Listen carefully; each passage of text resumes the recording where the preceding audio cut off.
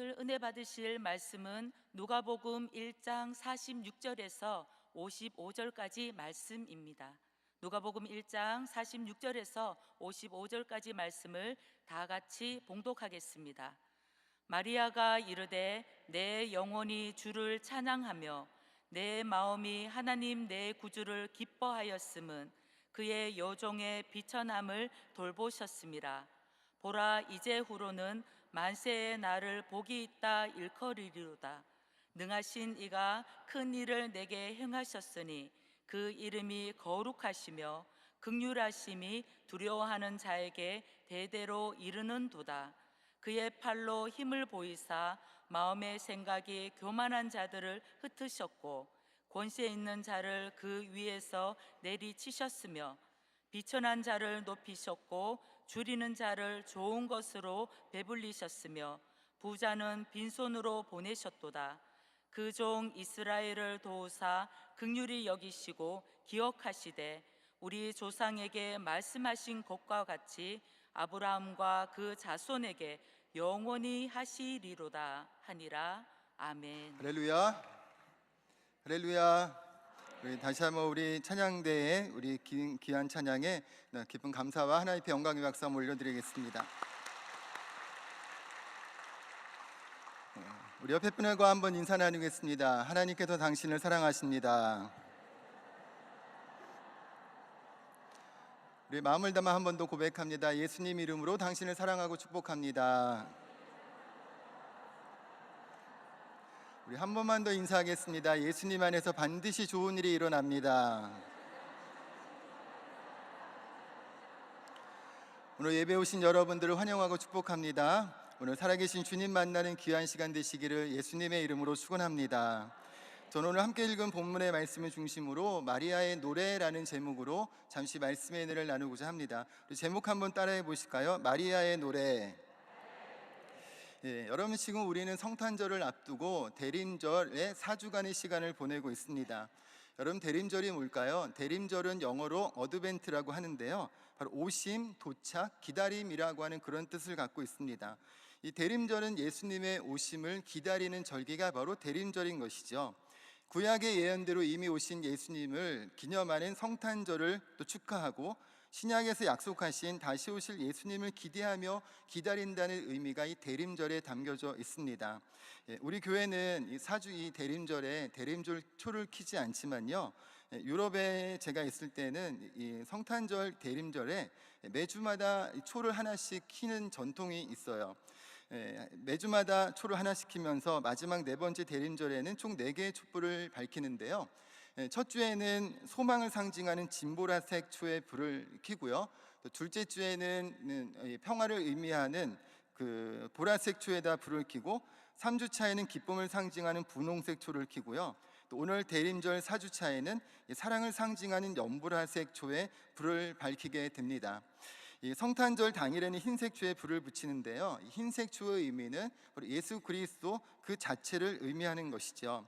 오늘은 특별히 우리가 대림절 4주로 이 연보라색 초에 보통은 불을 붙이게 되는데요, 바로 인류를 향하신 하나님의 지극한 사랑을 이 초를 붙이면서 기념하고 기억을 합니다.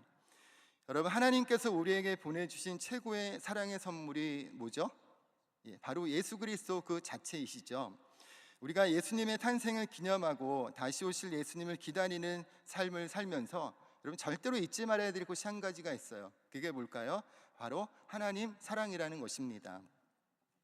원수마귀가 우리를 실족시키기 위해서 온갖 수단과 방법을 가리지 않고 공격을 하는데요, 그 중에 가장 치명적인 공격의 방법이 있어요. 그건 뭐냐면 하나님의 사랑을 의심하게 만드는 거죠.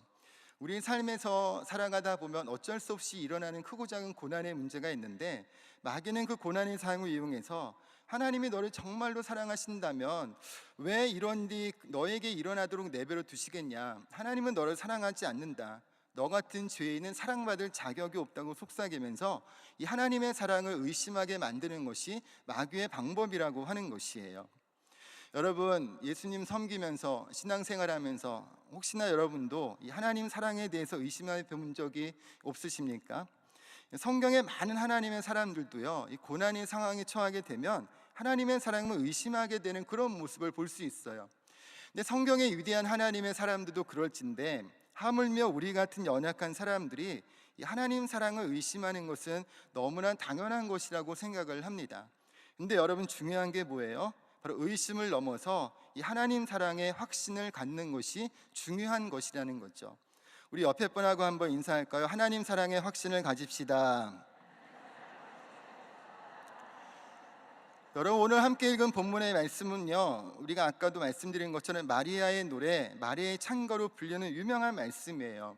특별히 본문 오늘 1장 46절에 보면 이렇게 말씀하죠.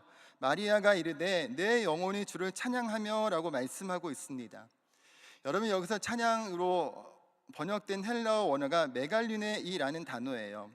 우리가 찬양하면, 오늘 우리 찬양대가 정말 아름다운 찬양을 불러주듯이 찬양하면 어떤 노래를 가장 먼저 생각하기 쉽잖아요.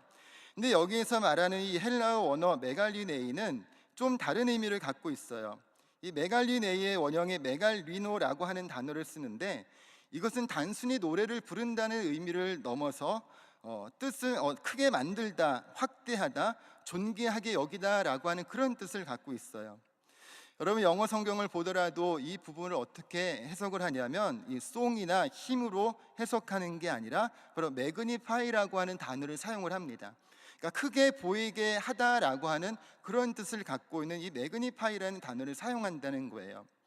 그러니까 오늘 마리아가 내가 주님을 찬양합니다라고 고백하는 이 말의 의미는 내 영혼이 주를 크게 확대해서 바라봅니다라고 하는 그런 의미를 갖고 있다는 거죠. 이 신약에서 이 메갈리노와 가장 비슷한 의미로 사용된 곳이 어디냐면 빌립보서 1장 20절 말씀이에요. 우리 빌립보서 1장 20절 말씀 같이 한번 읽어볼게요. 나의 간절한 기대와 소망을 따라 아무 일에든지 부끄러워하지 아니하고 지금도 전과 같이 온전히 담대하여 살든지 죽든지 내 몸에서 그리스도가 존귀하게 되게 하려 하나니라고 말씀합니다. 이 본문 이 말씀에서 이 존귀하게라고 하는 이 헬라어 단어의 원형이 바로 메갈리노라고 하는 단어예요. 그러니까 이 메갈리노라는 단어는 어떤 뜻이냐면 그리스도가 내 안에서 점점 더 커지게 바라보겠습니다라고 하는 그런 의미가 있다는 거죠.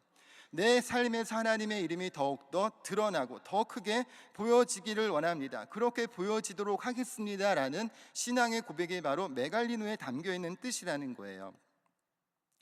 여러분, 우리가 하나님의 사랑을 의심하며 삶의 문제 앞에서 낙심하고 원망하는 이유가 어디에 있을까요? 그 이유는 한 가지예요. 하나님을 우리가 크게 바라보기보다는 문제를 너무 크게 보기 때문이라는 거죠.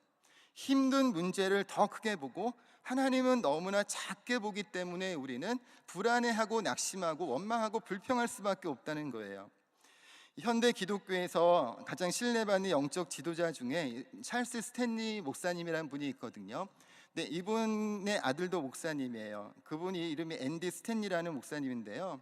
이 목사님이 미국에서 많은 젊은이들에게 굉장히 많은 영향을 끼치는 가운데 있다가 사역 중에 여러 가지 어려운 상황에 직면하게 되고 그 문제로 인해서 말할 수 없는 낙심과 좌절 속에서 헤매고 있을 때가 있었다고 합니다.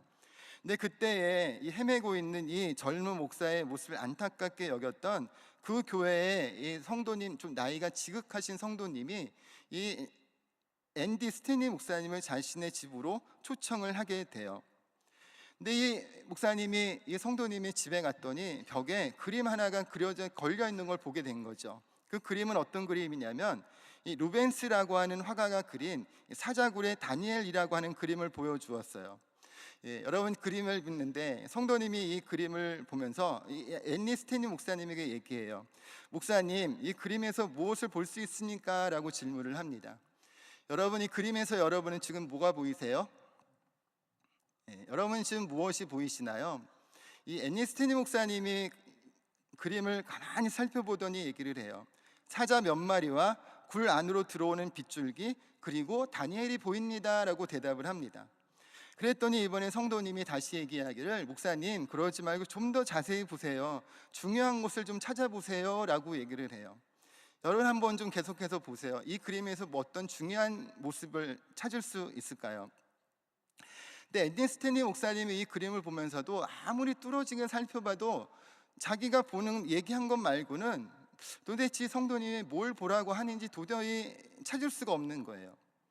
근데 이 성도님이 이 앤니 스탠리 목사님을 안타까운 눈으로 쳐다보면서 이런 이야기를 해요. 목사님, 이 그림을 잠깐 보여주시면요, 이 그림 속에서 이 그림에서 얘기하기를, 목사님, 다니엘의 눈빛을 보십시오. 다니엘의 눈은 지금 사자가 아닌 하나님을 향하고 있지 않습니까? 라고 하는 이야기를 했다고 그래요. 여러분 한번 그림을 보세요. 다니엘은 지금 사자를 보는 것이 아니라 하나님을 보고 있다는 겁니다. 하나님을 보고 있는 그 그림을 지금 루벤스는 표현하고 있는 거예요. 이 앤디 목사님의 대화를 통해서 한 가지를 깨우쳤다고 그래요. 우리가 살면서 말할 수 없이 많은 문제를 우리가 겪게 되는데, 우리가 무엇을 바라보느냐에 따라서 우리가 이 고난을 이길 수도 있고 고난의 문제 앞에 우리가 넘어질 수도 있겠구나라는 그런 생각, 그런 깨달음을 갖게 되었다고 합니다. 여러분, 오늘 본문의 말씀에서도요, 마리아는 자신의 삶에서 문제가 아닌, 삶의 환경과 여러 가지 어려운 상황이 아닌 하나님을 더 크게 확대해서 보겠다고 지금 그렇게 고백하고 있는 겁니다. 여러분, 그러면 이 마리아의 찬가라고 하는 이 말씀에서 마리아는 무엇 때문에 하나님을 더 크게 보겠다라고 그렇게 고백하고 있을까요? 이 마리아는 이 마리아의 찬가에서 세 가지를 말씀하고 있는데요, 첫 번째는 뭐냐면 바로 겸손과 순종의 노래를 부르고 있는 마리아의 모습을 볼 수 있습니다. 우리 47절 48절 말씀인데 같이 읽을게요. 내 마음이 하나님 내 구주를 기뻐하였음은 그의 여종의 비천함을 돌보셨음이라.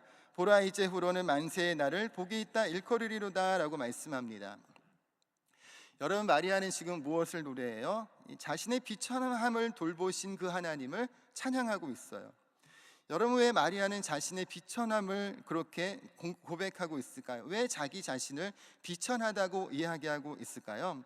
먼저 마리아의 출신 성분 때문에 마리아는 자기 자신을 비천하다고 이야기하고 있습니다. 마리아는요, 이 이스라엘에서도 소외된 지역인 갈릴리 나사렛 출신이라고 이야기하는데, 여러분 잘 알고 계시는 것처럼 나사렛에서 무슨 선한 것이 나겠냐는 말이 있을 정도로 무시받던 동네가 바로 이 나사렛이라고 하는 곳이에요. 그리고 당시에 한 어떤 사람의 소유물로 정도만 여겨졌던, 이 존중받지 못한 어린 여성이었고요, 또 물질적으로도 풍요로움을 갖지 못했던 사람이 마리아였다고 얘기를 합니다. 그러니까 다시 말해서 마리아는요, 세상에서 아무런 영향력도 가진 것도 이름도 없고 시골 동네 나사렛에 있는 한 여인이었을 뿐임을 자신이 그렇게 고백하고 있는 거죠. 여러분, 근데 누가복음 1장의 말씀에 보면 그렇게 비천한, 이름도 없고 존재적 그런 어떤 눈에 띄지도 않는 그 여인에게 천사 가브리엘이 찾아오게 돼요. 그리고 예수님을 잉태할 것을 또 말씀하는 걸 볼 수 있습니다. 누가복음 1장 30절 31절인데 같이 읽을게요. 천사가 이르되 마리아여 무서워하지 말라. 내가 하나님께 은혜를 입었느니라. 보라, 내가 잉태하여 아들을 낳으리니 그 이름을 예수라 하라. 이 말씀은 이사야서 7장 14절에 예언된 말씀인데요, 마리아를 통해 성취될 것을 지금 말씀하고 있는 거죠. 근데 여러분, 당시의 시대적 상황에서 처녀가 잉태하여 아들을 낳는다는 것은 이 세상적인 관점으로 보았을 때 여러분 어떤 의미가 있을까요? 성경 시대 정혼 관계는요, 정혼 관계가 있고 혼인 관계가 있는데, 정혼 관계 속에는 아직 법적으로는 부부지만 아직 같이 살고 있는 단계는 아니에요. 한 1년 정도 신랑이 같이 살 집을 준비하고 난 다음에 돌아와서 혼인 예식을 치르고 난 다음에 그때부터 이제 정식으로 부부가 돼서 같이 살게 되는 거죠. 근데 이 정혼 기간은 바로 신부는 어떤 기간이냐면 현숙한 아내로서 자기 자신을 거룩한 신부로 준비하는 시간이 바로 이 정혼 기간이에요. 근데 이 정혼 기간에 자기 아이가 아닌 다른 사람의 아이를 가졌다는 소식이 신랑에게 전해지게 된다? 그러면 파혼을 당할 뿐 아니고요, 신명기 22장의 말씀에 보면 율법적으로도 돌로 쳐 죽이는 사형에 처하도록 규정되어져 있어요. 사회적으로 매장되는 건 말할 것도 없고요, 그 가정, 그 가문 전체가 많은 사람들에게 손가락질을 당할 수 있는 그런 바로 인생 최대의 위기를 맞이한 상황이라는 것이죠. 여러분 생각해 보세요. 아무리 하나님의 계획이라고 얘기하고 그 하나님의 계획을 천사가 와서 이야기해 준다고 하더라도 현실의 상황이 이럴진데, 여러분 같으면 천사가 와서 이런 이야기를 할 때 여러분 어떻게 반응을 하실 것 같습니까? 네, 마리아는 34절에 이렇게 얘기해요. 마리아가 천사에게 말하되 나는 남자를 알지 못하니 어찌 일이 있으리까 라고 말을 합니다. 이때 가브리엘이 35절에서 37절 이렇게 말씀하죠. 같이 읽습니다. 천사가 대답하여 이르되 성령이 내게 임하시고 지극히 높으신 이의 능력이 너를 덮으시리니 이러므로 나실 바 거룩한 이는 하나님의 아들이라 일컬어지리라. 보라, 내 친족 엘리사벳도 늙어서 아들을 배었느니라. 본래 임신하지 못한다고 알려진 이가 이미 6달이 되었나니 대저 하나님의 모든 말씀은 능하지 못하심이 없느니라고 말씀을 합니다. 여러분, 가브리엘이 지금 마리아에게 말하는 것은 3가지를 얘기해요. 성령이 내게 임하시고 지극히 높으신 이의 능력이 너를 덮으신다. 내 친족 엘리사벳도 늙어서 아들을 배었다. 하나님의 모든 말씀은 능하지 못하심이 없다라고 하는 이 3가지를 말씀하고 있어요. 여러분, 이런 상황 속에서 마리아가 여러분 어떻게 대답을 해요? 38절을 보면 마리아가 이르되 주의 여종이오니 말씀대로 내게 이루어지이다 하매 천사가 떠나가니라 라고 말씀합니다. 이 모든 상황에도 불구하고 마리아는 하나님의 말씀에, 그 하나님의 계획하심에 온전히 순종하겠습니다 라고 지금 대답하고 있는 거예요. 근데 여러분, 그런 고백을 한다고 해서 현실의 문제가 여러분 해결이 되나요? 여전히 마리아에게는 아이를 잉태하는, 처녀의 몸으로 아이를 잉태하는 것은 정말로 말할 수 없는 인생 최대의 위기를 지금 맞이하게 된다는 의미예요. 여러분, 우리의 신앙에 있어서 항상 문제가 되는 것이 뭘까요? 저는 그렇게 생각해요. 우리 믿음과 현실 사이의 간격이 크면 클수록 우리는 우리의 신앙이 항상 위기를 맞이하게 되는 것 같아요. 하나님을 믿는 것과 현실의 삶의 간격이 크면 클수록 우리는 하나님 앞에서 갈등하게 되고 하나님 사랑에 대해 의심하게 된다는 거죠. 우리가 예배를 드리고 간절히 기도하고 난 다음에 은혜가 충만하면 여러분 어떤 마음이 들어요? 모든 것이 잘 될 것 같은 그런 충만한 소망을 갖게 돼요. 예배 때 당회장의 말씀을 듣고 난 다음에 기도하고 나서 우리가 예배를 당을 나갈 때는 정말 하나님이 엄청난 축복을 주실 것 같은 잔뜩 기대하는 마음을 가지고 돌아가게 됩니다. 근데 여러분, 현실에는 그 믿음을 붙잡고 살기에는 너무 힘든 상황을 맞닥뜨릴 때 우리는 정말 많은 것 같아요. 우리가 하나님의 자녀로 빛의 자녀로 살아야 되는데 은행 빛의 자녀로 살면서 매달 내야 하는 이자는 산더미인데 들어온 수입이 없다고 할 때 우리는 그것으로 인해서 말할 수 없이 고민할 수밖에 없고, 그럴 때 우리가 가졌던 하나님에 대한 그 믿음이 어디 있는가 우리는 생각하게 되죠. 분명히 응답받은 것 같은데 여전히 암담한 현실을 지나고 있으면서 우리는 낙심할 수밖에 없는 것이 우리들의 모습이라는 거예요. 여러분, 우리가 성경을 읽을 때요, 이 믿음의 사람들을 너무 과대평가하면 안 돼요. 이 마리아도요, 우리와 크게 다를 바가 없는 사람이에요. 연약한 사람이에요. 성경의 인물들은 원래부터 완벽하고 하나님 앞에서 정말로 흔들림 없는 믿음을 가진 사람들이 아니라 우리와 똑같이 갈등하는 인간이라는 걸 우리는 좀 기억을 해야 됩니다. 단지 믿음과 현실 사이에서의 간격과 그 괴리 속에서 현실의 것을 선택하는 것이 아니라 믿음의 것을 선택해서 하나님이 그를 사용하셨기 때문에 위대한 믿음의 사람이 된 것이지 원래 처음부터 위대한 믿음의 사람이라는 건 없다는 거예요. 이 마리아의 믿음과 현실 사이의 간격 사이에서 도저히 상식적으로 이해할 수 없고 하나님은 분명히 응답하신 것 같은데 상황과 현실은 너무나 불안하니까 여러분, 마리아가 어떻게 했어요? 가브리엘 천사의 말을 기억하고 엘리사벳을 찾아가게 되죠. 누가복음 1장 39절 40절 말씀인데 읽을게요. 이때 마리아가 일어나 빨리 산골로 가서 유대 한 동네에 이르니 사가랴의 집에 들어가 엘리사벳에게 문안하니 라고 말씀합니다. 엘리사벳이 마리아를 만나서 여러분 어떻게 얘기를 해요? 여자 중에 네가 복이 있으면 내 태중의 아이도 복이 있다고 하는 축복의 말씀을 전하죠. 그리고 누가복음 1장 45절에 주께서 하신 말씀이 반드시 이루어지리라고 믿는 그 여자에게 복이 있도다라고 그렇게 말씀하고 있어요. 마리아는요, 엘리사벳을 통해서 지금 나에게 일어나고 있는 이 일들이 정말로 하나님께서 하시는 일이구나, 성령께서 정말로 계획하신 일들이 나를 통해 이루어지고 있는 것이구나, 내가 착각한 게 아니구나, 정말로 하나님의 말씀은 능하심이 없다고 말씀한 그 가브리엘의 말이 정말로 내 안에서 이루어지는구나 라고 하는 그 믿음의 확신을 갖게 됐어요. 엘리사벳의 이 축복의 말씀이 바로 마리아에게 말할 수 없는 큰 힘과 소망을 주었다는 거죠. 여러분, 역사에는 만약이라는 것이 없지만요, 만약 엘리사벳이 성령으로 충만하지 않아서 인간적인 편견과 선입견으로 마리아를 대했다면 어떻게 되었을까요? 너 이제 어떡하려고 그러니? 혼인도 하지 않은 여자가 임신하고 그러면 어떡하려고 그러니? 하면서 정죄의 말을 막 쏟아부었으면 어떻게 됐을까요? 이 엘리사벳의 축복의 말은요, 이 불안한 상태에 있는 마리아에게 정말로 말할 수 없는 큰 안식과 또 기쁨을 안겨 주었어요. 여러분, 우리는 하나님이 함께 하고 있는 공동체를에서 우리 많은 사람들을 만나게 하십니다. 지역에서, 구역에서, 교회 안에서, 공동체 안에 많은 봉사에서 그렇게 만나게 하시죠. 우리를 공동체 안에서 만나게 하신 이유가 뭘까요? 단지 만나서 수다나 떨고 같이 밥이나 먹고 커피나 마시라고 그렇게 우리를 공동체 안에서 만나게 하셨을까요? 하나님이 예수 그리스도를 보내셔서 죄 가운데 있는 우리를 구원하신 은혜를 기억하면서 우리도 그 크신 하나님, 이 사랑의 하나님을 더 크게 바라보는 믿음의 사람들이 되시고, 다른 사람이 하나님을 크게 볼 수 있도록 돕는 믿음의 사람들이 되는 그런 여러분이 되어주시기를 예수님의 이름으로 축원합니다.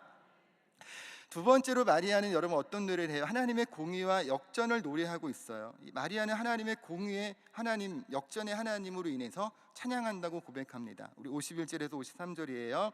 그의 발로 힘을 보이사 마음의 생각이 교만한 자들을 흩으셨고 권세 있는 자를 그 위에서 내리시셨으며 비천한 자를 높이셨고 줄이는 자를 좋은 곳으로 배불리셨으며 부자는 빈손으로 보내셨도다 하고 말씀을 합니다. 여러분, 하나님을 모르는 사람들은 무엇을 의지할까요? 자신의 힘과 스펙을 의지하고 그것을 자랑하죠. 그것이 있으면 마치 세상에서 성공하고 많은 사람들 앞에서 정말 으뜸되는 삶을 살 거라고 착각을 해요. 하지만 하나님은 여러분 어떤 사람을 사용하세요? 믿음으로 순종하는 사람들을 사용하시고 그들의 삶을 높여주시는 것을 우리는 볼 수가 있습니다. 여러분, 하나님은요 마리아를 택하셨고요, 마리아는 어떻게 했어요? 그 택하심에 순종함으로 반응했고, 그러므로 하나님께서 그를 높이셨던 것들을 볼 수가 있습니다. 주는 나의 피난처라는 책을 쓴 코리 텐붐 여사라는 사람이 있는데요, 이분이 1940년대 독일이 네덜란드를 점령하고 유대인 학살을 벌일 때에 이 가족이 1년 반 동안 약 800명의 유대인들을 안전한 곳으로 도피할 수 있도록 도와줘요. 근데 이 유대인들을 도와주었다는 이유 때문에 이 코리와 언니 베시가 이 라벤스뷰르크라고 하는 여성 강제 수용소로 이제 끌려가게 되거든요. 이 라벤스뷰르크 수용소에 이 불결하고 좁은 막사에 배정이 되었는데, 그곳은 어떤 곳이냐면 벼룩이 드글드글한 곳이었대요. 이 코리가 벼룩에게 물려서 가볍고 고통스러운 상황 가운데 놓이게 되다 보니까 하나님을 향한 원망의 마음이 마음속에서 올라오는 거죠. 하나님, 우리가 유대인을 도운 결과가 이런 더러운 벼룩구덩이입니까? 라고 하는 그런 원망이 자연스럽게 올라오더래요. 내가 괜히 유대인들을 도와서 이런 꼴을 당하는 것 같고, 믿음으로 연약한 자를 돌보았는데 돌아온 대가가 수용소에 갇히는 것이고, 거기에 벼룩이 가득한 환경에서 살아야 하니 정말로 얼마나 억울한 마음이 들어서 그 마음을 주체할 수 없었다는 거죠. 근데 그 언니 베시가 이 범사에 감사라는 말씀을 인용하면서 코리에게 우리가 이 벼룩조차도 감사하자라는 얘기를 하더래요. 가만히나 있지, 그런 소리 나니까 이 코리 여사가 처음에 이런 소리를 듣고 어떻게 흉측한 벌레 때문에 감사할 수 있냐며 화를 버럭 냈대요. 근데 이 자매가 근데 이 수용소에서도 매일 밤 몰래 성경을 읽고 동료 죄수들에게 복음을 전했는데요, 이상하게도 나치 간수들이 다른 수용동은 수시로 점검하면서 막 사람들을 막 매질을 하고 했는데, 두 자매가 있는 수용동에는 절대로 들어와서 검열을 하거나 점검을 하지를 않더래요. 그래가지고 이 두 자매가 그 수용소 안에서 기적 같은 평화와 자유를 누리면서 예배를 드릴 수 있었는데, 나중에 알고 봤더니 이 나치 간수들이 수용소를 와서 검열하지 않은 이유가 있었어요. 그 이유가 뭐냐면 간수들이 벼룩에 옮을까봐 무서워가지고 그 방에는 발을 들이지도 않았다는 거죠. 여러분, 우리가 감사해야 하는 이유가 여기 있어요. 하나님이 우리의 고난을 통해 어떻게 어떤 일을 이루실지 모르기 때문에 우리는 하나님 앞에 모든 상황 속에서 감사하는 사람이 돼야 된다는 거죠. 우리 옆에 분하고 한번 인사 나눌까요? 범사에 감사하는 사람이 됩시다. 근데 여러분들 이 전쟁이 끝난 후고요, 코리 여사가 이제 감옥 수용소에서 나와서 하나님의 은혜를 기억하면서 하나님이 용서하시는 분이시라는 그 메시지를 전하고 다녔어요. 근데 어느 날 뮌헨의 한 교회에서 이 강연을 마치고 나오는데 한 남자가 이 코리 여사에게 다가와서 다가오는데 가만히 봤더니 이 사람이 누구냐면 이 라벤스부르크의 수용소에서 이 코리 여사와 그 언니 베시를 짐승처럼 다루며 학대했던 나치 간수였다는 거죠. 이 강연을 듣고 감동받은 이 나치 간수가 코리 여사에게 와서 자기가 나치 간수였는데 자신의 죄를 용서해달라 하면서 손을 내밀더래요. 그때 이 코리 여사의 마음 가운데 어떤 마음이 드냐면 저 인간만은 내가 정말로 용서할 수 없습니다라는 그런 마음이 들고, 하나님 나 저 사람 용서하라고 하지 마시라고 하는 마음이 들더래요. 근데 이때 하나님이 코리 여사에게 말하기를, 나는 네가 저 사람을 용서할 수 있느냐 없느냐를 묻고 있는 것이 아니다, 용서하라는 나의 명령 앞에 순종하겠는가 하지 않겠는가 그것을 묻고 있는 것이다 라는 그런 말씀을 주시더래요.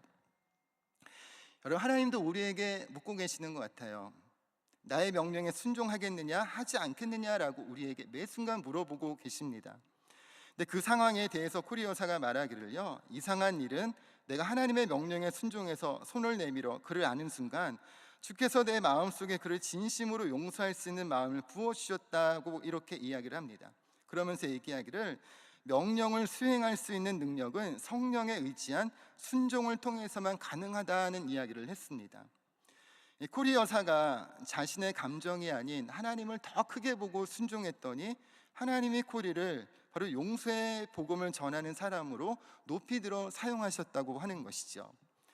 여러분, 혹시나 이 자리에서 나는 연약하고 스펙도 없고 가진 것도 없고 나를 돌봐주는 사람도 없고 하면서 여러분 인생에 한탄하는 분이 있지는 않습니까?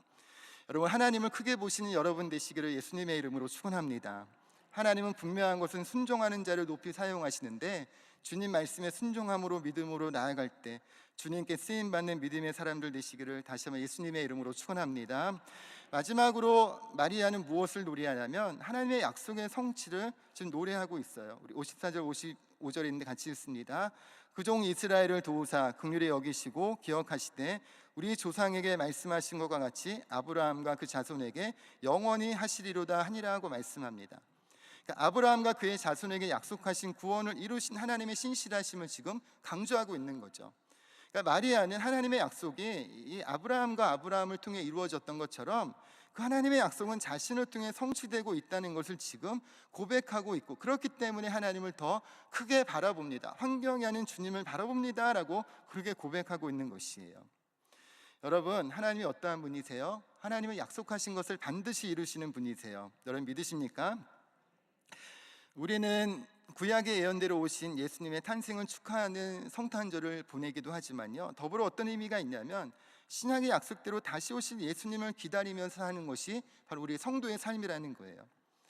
여러분, 예수님의 약속대로 분명히 이 땅에 오실 줄로 믿습니다. 주님이 언제 오시든 기쁨으로 맞이할 수 있도록 우리가 준비해야 되는 것이죠.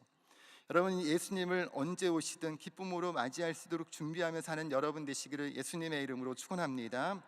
근데 여러분, 우리가 예수님 믿고 살아가고 있다고 하는데 이 세상 속의 기독교의 모습은 어떻게 비춰질까요? 세상 속의 기독교는, 그리고 예수님의 십자가 사랑은 또 어떻게 보여질까요? 과연 우리가 믿는 기독교, 우리가 섬기는 예수님 그 십자가의 사랑은 우리를 통해서 그 선한 영향력을 나타내고 있다고 여러분 생각하십니까? 찰스 멀로 셸던 목사님의 예수님이라면 어떻게 하실까라는 책에 나오는 이야기로 말씀을 마무리하려고 하는데요, 도시에서 제일 큰 레이몬드 제일교회 어느 주일날 사람들이 모여서 예배를 드리는데 그 교인들은 점잖고 깨끗하고 고상해 보이고 굉장히 부유해 보이는 사람들이 와서 예배를 드려요. 성강이 찬양도 너무나 은혜롭고 근사했고요, 이 담임 목사님의 설교도 너무나 열정적으로 설교해가지고 너무나 또 은혜로운 설교를 하는 걸 들었습니다. 설교가 끝나자 사람들이 찬송을 드리게 찬송가를 피게 되고요. 근데 그때 맨 예배 이 찬송을 드리려는 그때 이 예배당 맨 뒤에서 삐쩍 마른 몸에 얼굴이 창백한 사내이가 벌떡 일어나서 예배가 끝나기 전에 꼭 드릴 말씀이 있습니다 하는 얘기예요. 그러면 사는 얘기가, 자신은 오래전 직장을 잃었고 아내는 약한 몸 쓰지 못해 병으로 죽었고 하나 있는 딸을 기를 수가 없어 고아원에 지금 잠시 맡겼다는 얘기를 하면서, 근데 여러분은 너무 부해 보이고 행복해 보이는데 저를 도와주는 사람은 어디에도 없네요. 그러면서도 모두를 교회 와서 열심히 예배를 드리고 계시는군요 라는 얘기를 해요. 저는 여러분을 원망할 생각은 없지만 꼭 한 가지 알고 싶은 것이 있어서 제가 이렇게 일어선 것입니다 라고 얘기하면서, 아까 목사님께서 예수님을 따른다는 것에 대해 말씀하셨는데, 그렇다면 예수님을 따른다는 것이 좋은 옷을 입고 주일마다 교회에 나와 예배를 드리는 것인가요? 그것이 진정으로 예수님을 따르는 것인가요? 라고 그렇게 물었습니다. 그렇게 묻는 순간 이 사람이 힘이 빠져가지고 쓰러지게 되고, 이 목사님이 자기 집으로 데려가 간호했지만 결국 숨을 거두게 돼요. 그리고 그 목사님은 충격에 쌓여서 그 다음날 돌아와서 성도들에게 어젯밤 그 사람이 새벽에 소천했습니다. 그 사람이 우리에게 했던 말이 저는 너무나 충격입니다. 진정으로 예수님을 따른다는 것이 어떤 것일까요? 하는 그런 얘기를 하면서, 성도 여러분, 제가 이제 한 가지 의견을 내놓겠습니다. 앞으로 1년 동안 어떤 일을 하기 전에 반드시 예수님이라면 어떻게 하실까라는 질문을 자신에게 던지기로 결심해 봅시다. 그리고 그렇게 하기로 결심하는 사람은 1층으로 모여주세요 라고 했더니 50명의 성도님이 모였대요. 그러면서 이분들이 1년 동안 앞으로 예수님이라면 어떻게 하실까라고 하는 그런 생각을 가지고 행동했다는 거죠. 그래서 그 가운데 신문사 사장의 노먼은요, 예수님이 기뻐하시지 않는 것 같은 기사는 실지 않기로 하고요, 술 광고도 빼고 주일에 신문도 발행하지 않았대요. 많은 성도들이 그렇게 예수님은 어떻게 하실까라는 마음을 가지고 말씀대로 행하려고 실천을 한 거예요. 근데 여러분, 근데 어떤 일이 일어났을까요? 그 예수님이라면 어떻게 하실까라는 것을 순종하며 살려고 했던 모든 사람들이 큰 어려움을 겪은 거예요.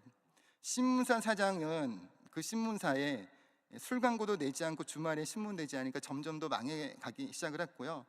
또 어떤 사람은 좋은 오케스트라 찬양대 어떤 성악가로 초빙을 받는데 하나님 뜻이 않는 것 같아가지고 거기를 거절했다가 큰 어려움을 겪기도 하고요. 말씀대로 살려고 했더니 오히려 힘든 어려운 일이 생기더래요. 근데 여기서 반전이 있는 거죠. 정말로 말씀대로 살려고 했더니 그 뜻을 안 사람들이 힘을 도와서 신문사 같은 경우는 많은 돈을 투자해서 정말 훌륭한 기독교 신문을 만들게 되고 온 나라에 큰 영향을 끼치게 되고요. 그 교회에 많은 사람들이 말씀대로 살려고 하다 보니까 어려움도 많이 겪지만 하나님 또 그 안에서 주님 주신 은혜가 이래서 또 예수님 닮아가는 모습뿐만이 아니라 하나님께서 또 생각지도 못한 방법으로 복 주시는 은혜가 많이 나타나는 것을 이 책에서 이야기하고 있는 것을 볼 수가 있어요. 여러분, 성탄을 기다리면서 우리가 예수님의 이 땅에 오심을 우리가 기념한다는 것은 어떤 의미가 있을까요? 단지 우리가 노래 부르고 행복하고 즐겁게 예수님이 이 땅에 오셨습니다 라면서 우리의 마음을 즐겁게 하는 것이 과연 예수님의 탄생을 기념하는 것일까요? 예수님의 다시 오심을 기다린다는 것은 어떤 의미가 있을까요? 여러분, 우리가 다시 하나님 앞에서 복음으로 돌아가서 과연 예수님이라면 어떻게 하실 것까? 예수님은 과연 이 땅에 무슨 목적으로 오셨을까? 예수님이 우리 위해서 행하신 일이 무엇이고 우리를 구원하셨는데 우리가 구원받은 사람으로서 주님은 우리에게 원하시는 것이 무엇일까? 다시 한번 생각해보는 성탄절이 되었으면 좋겠습니다. 그래서 여러분 가운데 이 마리아가 매그니파이 예수님 하나님만을 더욱더 자신의 삶의 큰 존재로 바라보기로 결심했던 것처럼 오늘 여러분 그 하나님을 크게 바라보면서 주님만을 의지하고 주님을 기쁘시게 하고 많은 사람들에게 주님의 살아계심을 전하는 복음의 통로, 축복의 통로로 살게 되시기를 다시 한번 예수님의 이름으로 축원합니다. 참 좋으신 하나님 감사합니다. 오늘 주님 전에 불러주시고 주님 앞에 나와 예배하게 하여 주심을 감사합니다. 주님, 우리가 우리의 삶에서 문제보다 크신 하나님만을 바라보게 하여 주옵소서. 문제가 아닌 주님을 바라보고 우리 안에 그 주님을 더욱더 크게 바라보아서 하나님 사랑 의심하지 않게 하시고 내 삶 가운데 역사하신 하나님, 내 삶에 동행하신 하나님, 그래서 하나님의 영광을 나타내게 하실 그 주님의 이름만을 찬양하는 믿음의 사람들 되게 하여 주시옵소서. 예수님의 이름으로 기도드립니다. 아멘. 오늘 시간 제가 여러분에서 기도합니다. 문제가 있는 분 가슴에 손을 얹으시고 마음에 소원이 있는 분도 가슴에 손을 얹으시고 아픈 분은 아픈 곳에 손을 놓고 잠시 기도합니다. 참 좋으신 하나님 감사합니다. 주님 전에 나와 우리 함께 예배하고 간절히 부르시고 기도하게 하심을 감사합니다.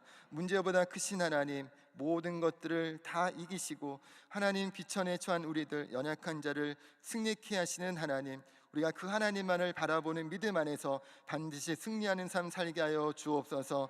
성탄이 가까운 이 대림절 사주에 하나님의 크신 사랑을 바라보게 하시고 어떠한 상황에도 그 사랑을 의심하지 않는 믿음의 사람들 되게 하여 주시옵소서. 오늘 주님의 말씀을 의지하며 우리의 가슴에 손을 얹고 기도합니다. 여러 가지 마음의 손을 가지고 주님 앞에 기도합니다. 우리 마음에 있는 염려, 걱정, 근심의 문제가 예수 부활의 능력으로 다 떠나가게 하여 주옵시고 하나님만이 우리 가운데 자정하셔서 하나님 평안케 하시고 소망 안에 거하며 나아갈 수 있도록 은혜를 더하여 주시옵소서. 인생의 문제를 해결해 주옵소서. 이 땅 가운데서 주님 복받는 인생 되게 하여 주옵시고 주님께 받은 바 보고 흘려보내는 축복의 통로로 살아가게 하여 주시옵소서.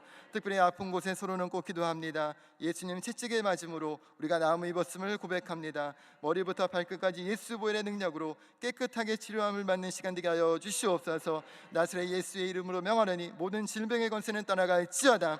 예수의 이름으로 명하노니 모든 흉악의 결박은 부러질지어다. 십자가의 능력을 체험케 하시고 약속하신 것을 반드시 이루시는 주님의 능력을 바라보고 이제만 나갈 때 우리가 문제가 아닌 그 주님의 약속의 말씀을 바라보며 반드시 승리케 하시는 하나님의 능력 역사를 체험케 하여 주시옵소서. 다시 오실 예수님을 기대하며 기다립니다. 예수님이라면 어떻게 하셨을까를 생각할 때 주의 말씀에 순종케 하여 주옵시고 우리가 말씀의 순종함을 통해 주 이름의 영광을 나타내는 믿음의 사람들 되게 하여 주시옵소서. 예수님 안에서 반드시 좋은 일이 일어날 줄로 믿습니다.